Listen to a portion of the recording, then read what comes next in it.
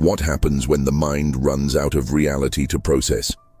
They called it Project Chimera, a classified high-priority research initiative commissioned by the US government in 1978. The goal, to push the boundaries of human perception, to isolate the subconscious, and to potentially engineer soldiers capable of operating under absolute sensory and psychological pressure. In simple terms, they wanted to build a better brain.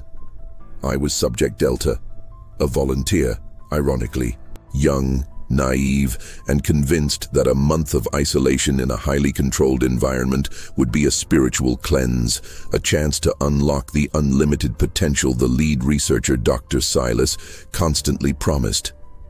I was chasing transcendence. I found a prison. The facility was buried deep underground. No windows, of course, just steel, concrete, and absolute silence. My chamber was the heart of the experiment. A sphere submerged in a perfectly warmed, highly salinated solution. Total darkness, total silence, zero gravity, total sensory deprivation, a floating void. The first week was beautiful. The noise of the world vanished. My mind, stripped bare, soared. I composed symphonies in my head. I reconstructed childhood memories with perfect clarity. It felt like pure thought. But after the 10th day, the clarity began to curdle. The mind abhors a vacuum. When you starve it of external reality, it doesn't just stop working. It starts creating its own supply. The sounds began first. Not the sounds of the world, but the sounds of the void. A high-pitched, insistent tinnitus that soon morphed into something more sinister. A whispering. A million tiny voices like static feedback from a dead radio arguing over my name. This story, pieced together from the fragments of the man I once was, is a warning. It's about what happens when you give scientists the key to your consciousness and they forget to tell you how to lock the door. The fundamental problem was the loss of anchors. In the tank, my body had no weight. My skin felt no air. My eyes saw no light. Time ceased to be a line and became a heavy, swirling fog. How long had I been there? 3 days? 30?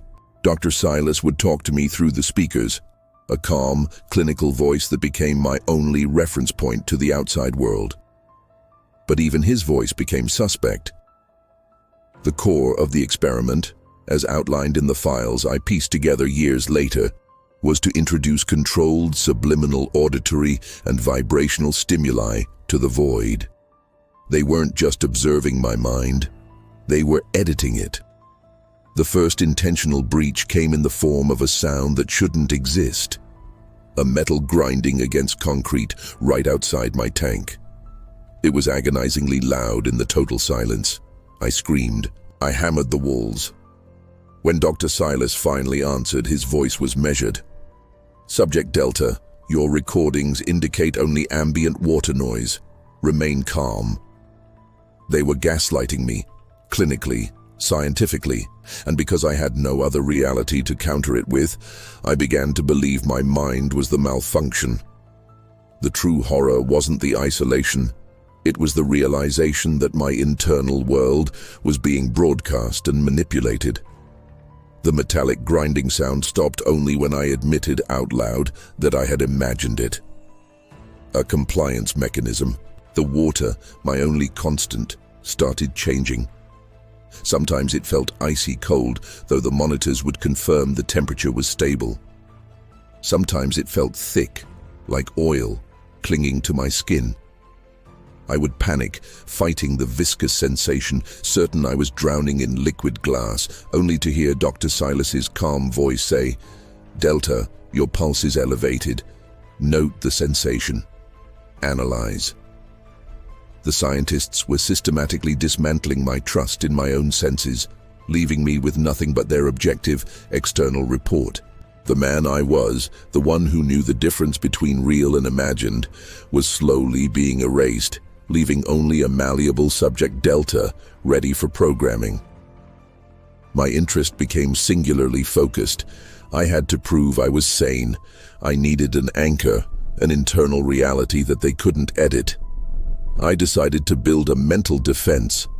I focused on one immutable fact: the location of a specific beloved scar on my forearm, a small ragged line from a childhood injury. I would trace it mentally, recall the exact moment of pain, the color of the blood. It was my secret, my constant. And that's when the subliminal programming shifted. I heard a new voice in the void. Not Dr. Silas, but a woman's voice, soft, melodic, utterly devoid of emotion. It started with simple commands. Do not open your eyes. Remain still. The pain is not real. Then the psychological warfare intensified. The soft voice began to describe my scar, in minute detail. The exact length, the slight ridge of keloid tissue, even the story behind the bicycle crash that caused it. And then the voice whispered, "It was never real, Delta. We added it to your file. It's a fabricated memory." My defense shattered. If the most personal anchored memory I had was a lie, then I was a blank slate. My panic was complete.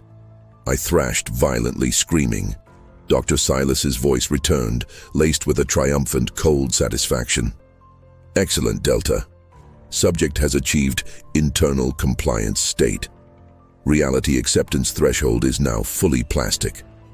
I realized what they wanted. Not my liberation, but my absolute controllable malleability. They wanted to install a new consciousness, a new reality, entirely of their design. My greatest desire shifted. I didn't want to leave the tank. I wanted to corrupt the experiment. I stopped fighting. I became the perfect subject. Still, silent. I focused not on the voices, but on the silence between the whispers. I waited. I listened to the rhythm of the programming, searching for the gaps, the latency, the flicker of the signal. I found it in the rhythmic thrumming of the filtration unit, a constant low-frequency vibration that ran through the tank. It was the background static of their entire operation. I started to synchronize my heartbeat, my breathing, my thought to that vibration. I turned my internal focus outward, not to reality, but to the frequency of the prison. My plan was simple. If they were broadcasting reality to me, I would broadcast chaos back to them. I spent what felt like an eternity forcing my mind to become a transmitter.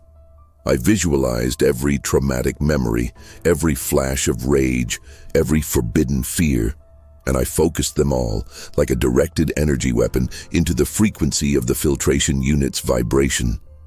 I was creating a psychological feedback loop, aimed not at the voices, but at the very system controlling them. The lab equipment outside my tank must have registered the surge. I heard Dr. Silas's voice, suddenly frayed, panicked. "Delta, cease. Abnormal neurological spike. Subject's brainwave output is overloading the feedback array." The tank erupted, not physically but perceptually. The water turned brilliant, agonizing white. The whispers of the million tiny voices turned into a deafening unified scream. I saw flashes, not of memory, but of raw, abstract data, lines of code, blueprints, and then, terrifyingly, the faces of the other subjects, their eyes wide, vacant, trapped in their own personal hells.